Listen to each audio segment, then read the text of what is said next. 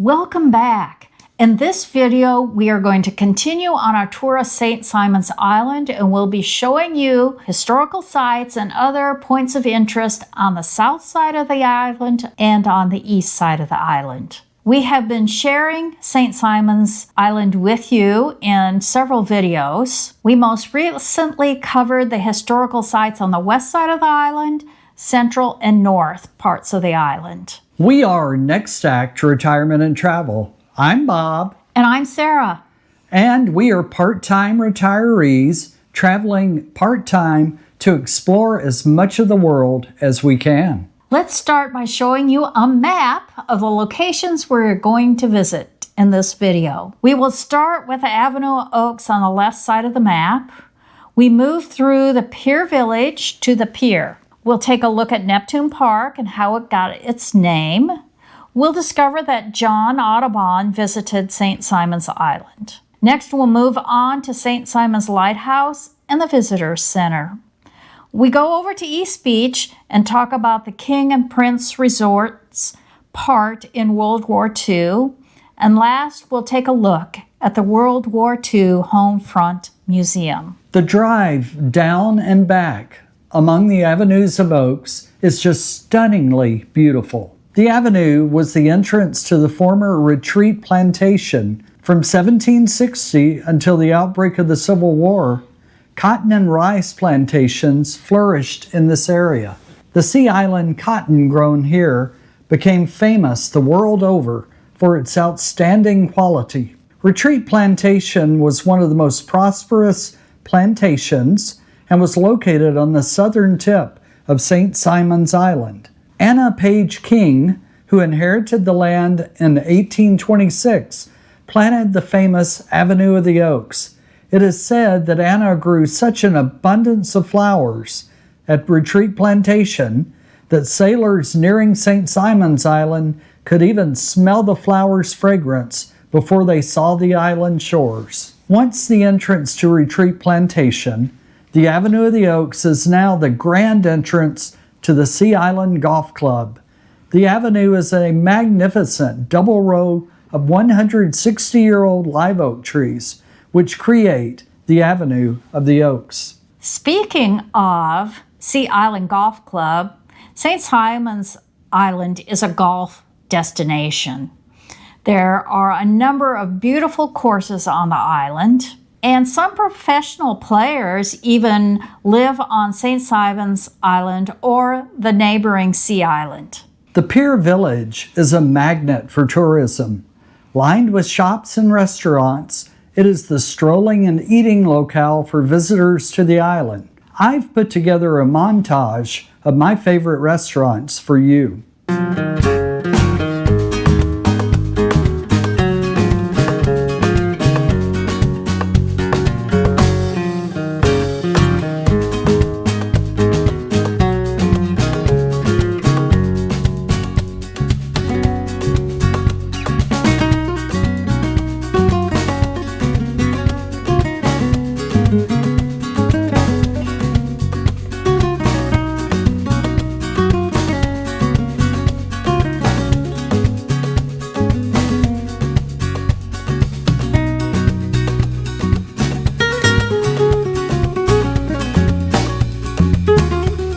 At the end of Mallory Street is our goal.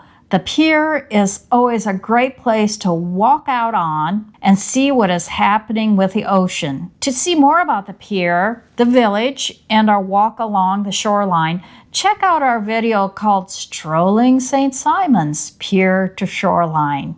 Adjacent to the pier is Neptune Park. Neptune Park is a favorite hangout for visitors. The children can play on the equipment and adults can sit on a park bench and just watch the ocean go by. Let's have Bob tell you about the historical importance of Neptune Park and how it got its name. Neptune Small. For generations, residents and visitors have enjoyed Neptune Park, named for Neptune Small, a faithful servant of the Thomas Butler King family at Retreat Plantation, now home of the Sea Island Golf Club. Born into slavery in 1831, Neptune accompanied one of the king's sons, Henry Lord Page King, as manservant when he enlisted in the Confederate Army. During the Battle of Fredericksburg in 1862, Captain King volunteered for a dangerous mission and was killed. When night fell, Neptune retrieved King's body and brought it home for burial in the family burial ground at Christ Church, Frederica, St. Simon's. Although he could have chosen to remain at home, Neptune returned to the war as a manservant to the youngest king's son, our Collar King. After the war, the King family gave this portion of Retreat Plantation to Neptune, who, as a freedman, had chosen Small as his last name for his slight stature. Neptune died in 1907 and is buried in the Retreat burial ground. This marker and live oak tree are given and dedicated by Sea Island Company to his memory. We also discovered that John James Audubon, the French-American naturalist who made those beautiful pictures of the birds of North America, also had a visit on St. Simon's Island. Listen to Bob tell about Audubon's connection with St. Simon's Island. In 1831, ornithologist John James Audubon was on his way to Florida to draw birds for his monumental Birds of America publication when poor weather forced his ship to put in at St. Simon's Sound. He came ashore at Retreat Plantation and was greeted on the beach by Thomas Butler King. Audubon recorded that he was invited to dinners, visited his gardens, got into such agreeable conversation and quarters that I was fain to think that I had landed on one of those fairy islands, said to have existed in the Golden Age. The owner pressed me to stay a month and subscribe to my Birds of America, but the wind shifted and our voyage to St. Augustine resumed. Retreat Plantation, which extended from St. Simon's Lighthouse to Frederica River, was founded by William Page in 1804 and was inherited by his daughter, Anna Matilda Page King. The site of the retreat house and other buildings, Anna's extensive gardens, and the still standing Avenue of Oaks is 3/4 of a mile west of this point. Just a short walk from the pier is the St. Simon's Lighthouse. Now let's hear a little bit more about this famous historical site on St. Simon's. The lighthouse and keeper's dwelling were completed in 1872, replacing the lighthouse destroyed during the Civil War. Orlando Poe, chief engineer for the U.S. Lighthouse Board, supervised the design. Charles Kluski, architect of many outstanding buildings in Georgia, served as contractor from 1868 until his death in 1871. Since 1872, a third-order Fresnel lens made in France has projected the light that guides mariners into St. Simon's Sound. The light was converted from oil lamp to electricity in 1934 and automated in the mid-1950s, ending the need for a resident keeper. The light continues to be an active aid to navigation maintained by the U.S. Coast Guard Auxiliary.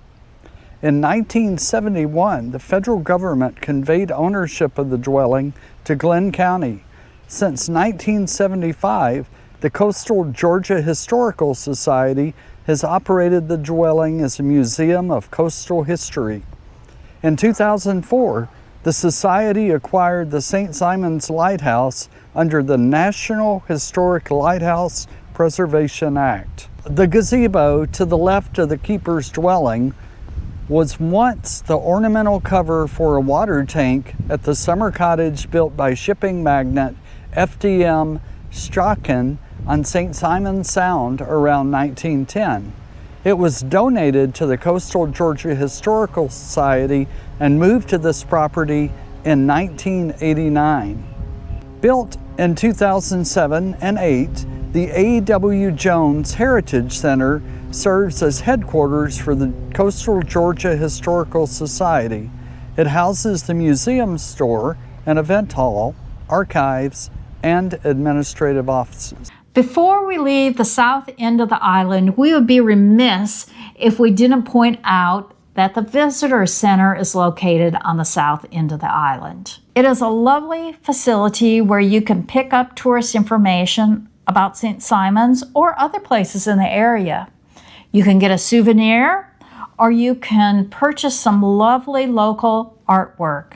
On the west side of the Visitor Center is the first spirit tree. While on St. Simon's, you can take up the challenge of finding all 11 of the spirit trees located at different places on the island. Sarah, let's head over to East Beach. Let's do one of our favorite places. Absolutely. This is a long and lovely stretch of beach. At low tide, it is a very wide, flat beach that is great for walking on.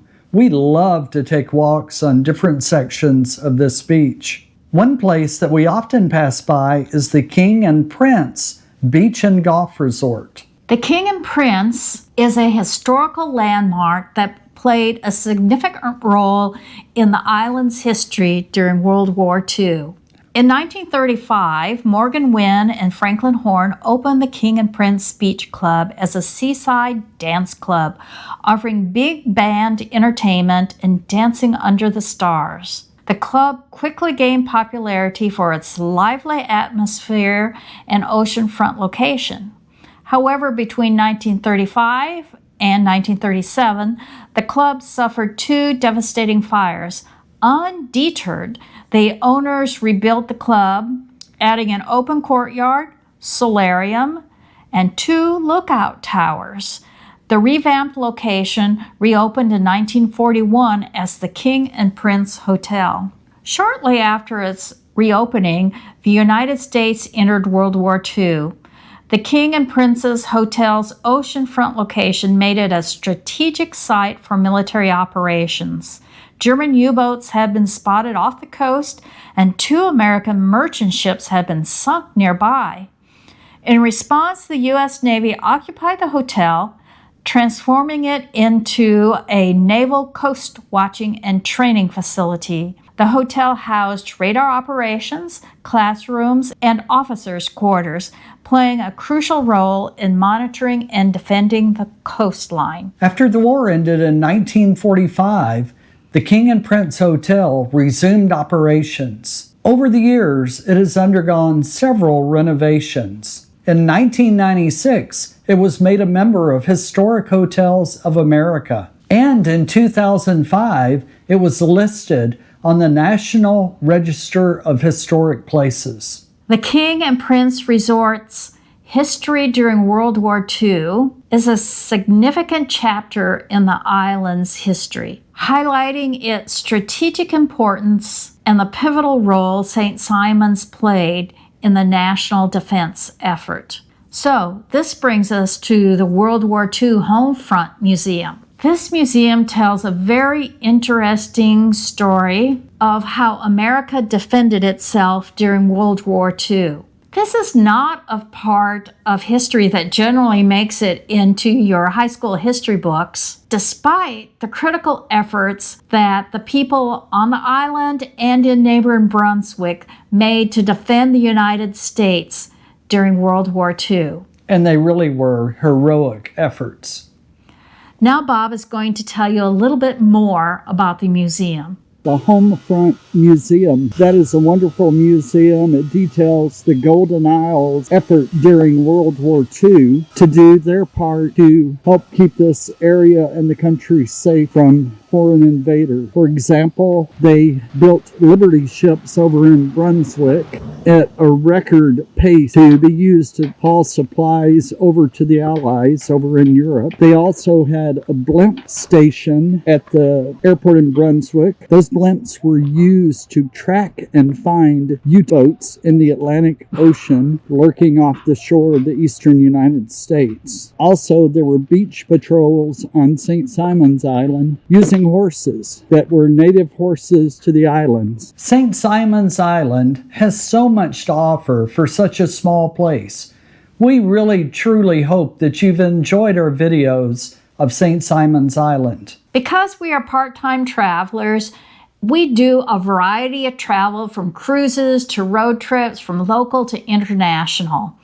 In order to help you find what you're interested in, we are organizing our different trips or types of travel or types of videos into different playlists. Everything on St. Simon's Island you'll find under the St. Simon's Island playlist. One video that we recently released that you might find interesting as well is a video on ancestry travel where I described how I tracked down my Danish ancestors and how we went to Denmark to see and visit the farms where my ancestors had lived. I may be slightly biased, Sarah, but I would highly recommend this video. It's really good. Thank you, Bob. If you've enjoyed our video, please give us a like and subscribe. And as always, we welcome your comments, which you can leave in the comment section below. Until our next exciting adventure, we say goodbye.